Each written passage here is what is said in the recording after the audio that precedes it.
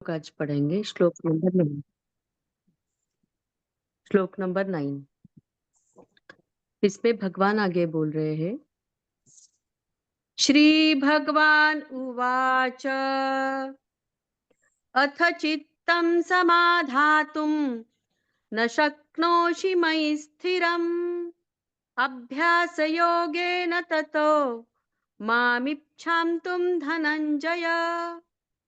अथ चित्तं समाधातुं न शक्नोषि मयि स्थिरम् अभ्यासयोगेन ततो मामिच्छान्तुं धनंजय। यदि तू मन को मुझ में अचल स्थापन करने के लिए समर्थ नहीं है, यदि तू मन को मुझ में अचल स्थापन करने के लिए समर्थ नहीं है, तो हे अर्जुन, अभ्यास रूप योग के द्वारा मुझको प्राप्त होने के लिए इच्छा कर। हरिओम।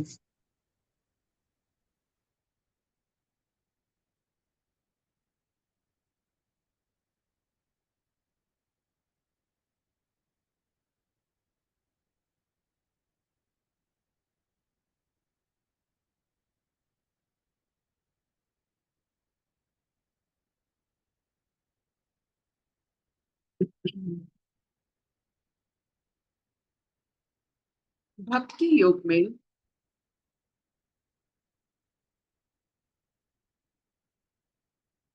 ये जो रस की बात, भक्ति रस की बात हो रही है, एक बार ईश्वर सानिध्य अगर आपको मिलता, आप में एक बहुत खूबसूरत और बहुत शांत भाव अनुभव होता है। वो इस रस की प्लावन के कारण।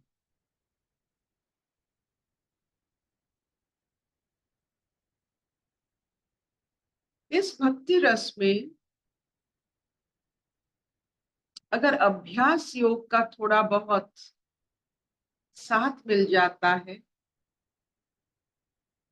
तो हमारे हर गुण, हर व्यवहार, हर चिंता जो हमें ईश्वर से अलग करते हैं,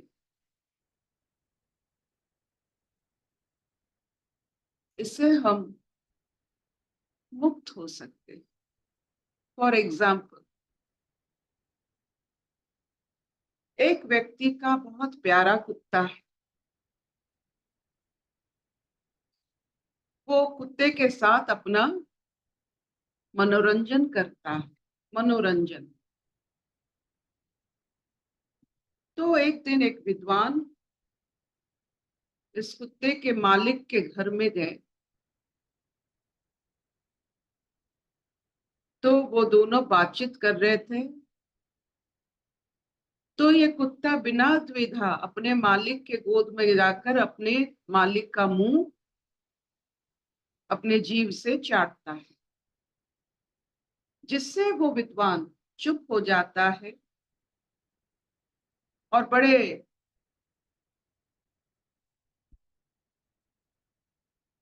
क्या कहते हैं, बड़े सादगी के साथ वहां से उठ आता है। क्योंकि विद्वान जानता है, जो व्यक्ति कथोपकथन में एक कुत्ते के साथ अपना मनोरंजन कर सकता है, उसको कैसे हम अपने समकक्ष माने, साधक माने। जिस भाव में हम उसके घर में गए हैं, जिस बातचीत करने के लिए, उसके बीच में आकर एक कुत्ता बैठकर अपने मालिक का मुंह चूम रहा है, ये कैसा दर्शन परिदर्शन है। वो उठ जाता है बस बहुत सादगी के साथ और चला जाता है। इससे ये कुत्ते के मालिक को थोड़ा प्रभाव पड़ता है कि ये कुत्ते की जो चलन है वो ठीक नहीं है। तो जब जब वो कुत्ता अपने मालिक के अपने गोद में बैठता है, तो वो मालिक उसे एक घूसा मारता है। बहुत दिन के बाद उस कुत्ता को पता चलता है कि ये काम नहीं करना है। मालिक जब बैठे हुए होते हैं, कभी जाकर उनके गोद में नहीं बैठना है, उनके मुंह को नहीं चूमना है, वो प्रहार के साथ। ये होता है हमारा मन, ऐसा ही कुत्ता है। ये हर बार अपना सीमा लांघने की कोशिश करता है। बाय हैबिट, अभ्यास योग के द्वारा हम ऐसे कुत्ते जैसा मन को सिद्ध कर सकते हैं। तो ऐसे हमारे इतने सारे गुण हैं जो ईश्वर जैसे सबसे सुंदर, गुणमय, ईश्वर जैसे भरा भरा एक अनुभूति को अगर हम पाना चाहते हैं, इस मन जैसे अद्भुत शक्ति के ऊपर हमें काम करना चाहिए, ताकि हम ईश्वर के साथ बात कर सकें।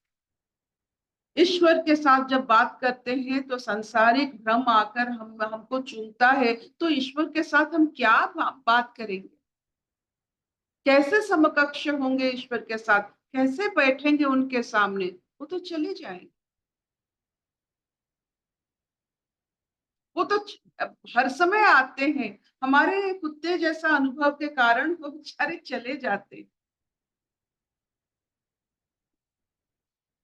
मन जहां होनी चाहिए, जिसकी सादगी उनको मिलनी चाहिए, वो नहीं मिलता है, क्योंकि हमारे आचरण में कुत्ते जैसा स्वभाव।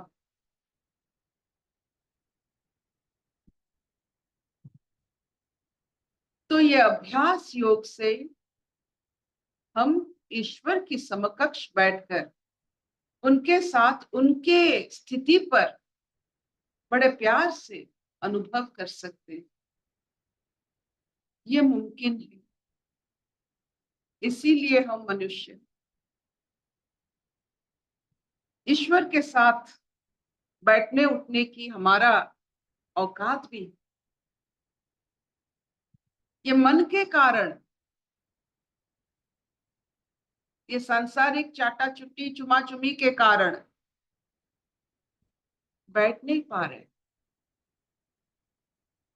तो जब भी मन आपका ईश्वर से अलग होने लगे, कहीं और फंसने लगे, किसी और की गोदी में जाकर बैठने लगे, तो मन को थोड़ा अभ्यास योग में लाना है और ईश्वर के समक्ष बैठने की आदत डालना, to sit in front of ईश्वर।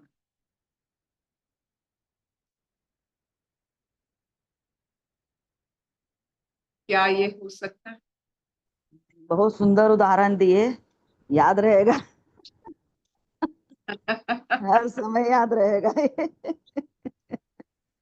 बहुत सुंदर। तो इसीलिए ईश्वर सानिध्य आपके अभ्यास के ऊपर निर्भर करता। आप देखिए, आप बैठे हो, आंख बंद करके ईश्वर की कथा चल रहा है। आप अगर आपके मन इसी बीच में कहीं और स्थित होना चाहता है, तो आपको इस मन को एक गुस्सा मारना है, उसे सिखाना है, नहीं तुझे नहीं बैठना है, विपरीत आचरण करना है, दम्भ दिखाना है, सिद्धि करना है कि हम ईश्वर के साथ है, no third person in between, not the mind also. जिसके पास ये आचरण आ जाता है, ये बुद्धि आ जाती है, ये चेतना आ जाता है, उससे पूछिए उसको संसार कैसा लगता है। आप और आपके बीच में मन है, आप और आपके ईश्वर के बीच में अगर मन आ जाता है, और मन आपकी आपकी मुट्ठी में नहीं है, वो अपने कुत्ते की तरह काम कर रहा है, तो आप बेचारे बन जाओगे। लाचार बन जाओगे। एक सुदृढ़ व्यक्ति मन के कारण लाचार, कैसा कॉम्बिनेशन है। आप किसके सामने बैठे हो, किसके साथ बात कर रहे हो, कौन कौन आपका साथ दे रहे हैं, ये आपको अनुभव होनी चाहिए। आप हर वक्त ईश्वर के साथ हो, आप हर वक्त ईश्वर के सामने हो, तो वैसा आचरण आनी चाहिए मन के कारण। ऐसे सुंदर सुंदर अनुभूतियों को व्यर्थ मत कीजिए, अभ्यास लगाइए, मन को अभ्यास में लाइए।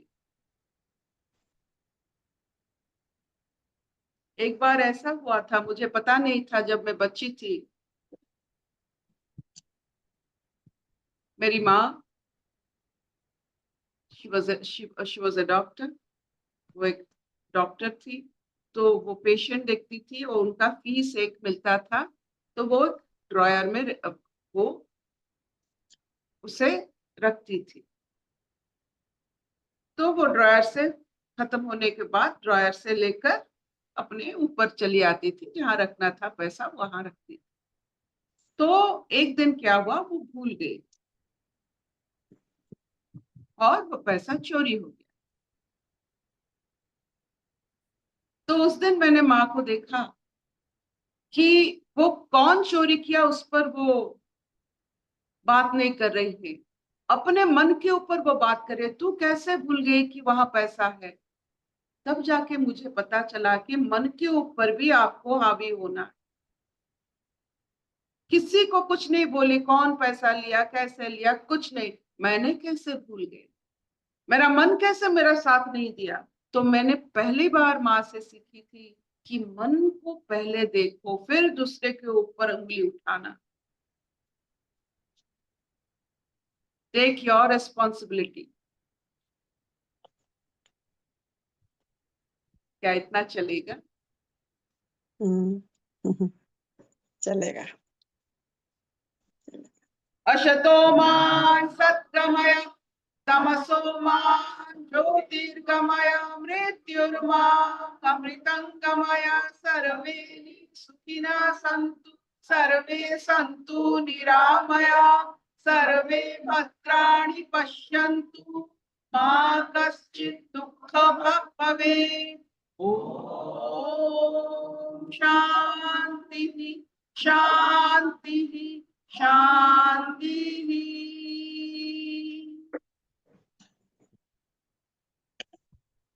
हमारे यहाँ शौच होने के लिए सवेरे और शाम को हम शौच होते हैं। ये 2 वक्त हमें मिलता है मलिन भाव से अपने आप को शारीरिक तौर पर साफ करने के लिए। 2 वक्त, सवेरा और शाम। आप इसमें जितना मलिन भाव है रख के उसे साफ कीजिए, क्योंकि हर वक्त अभी आप जैसे बन रहे हो, आपको सामना करना है ईश्वर को।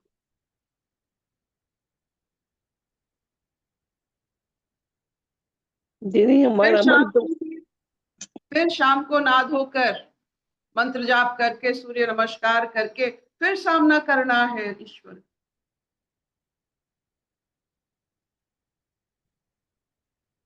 और कोई नहीं।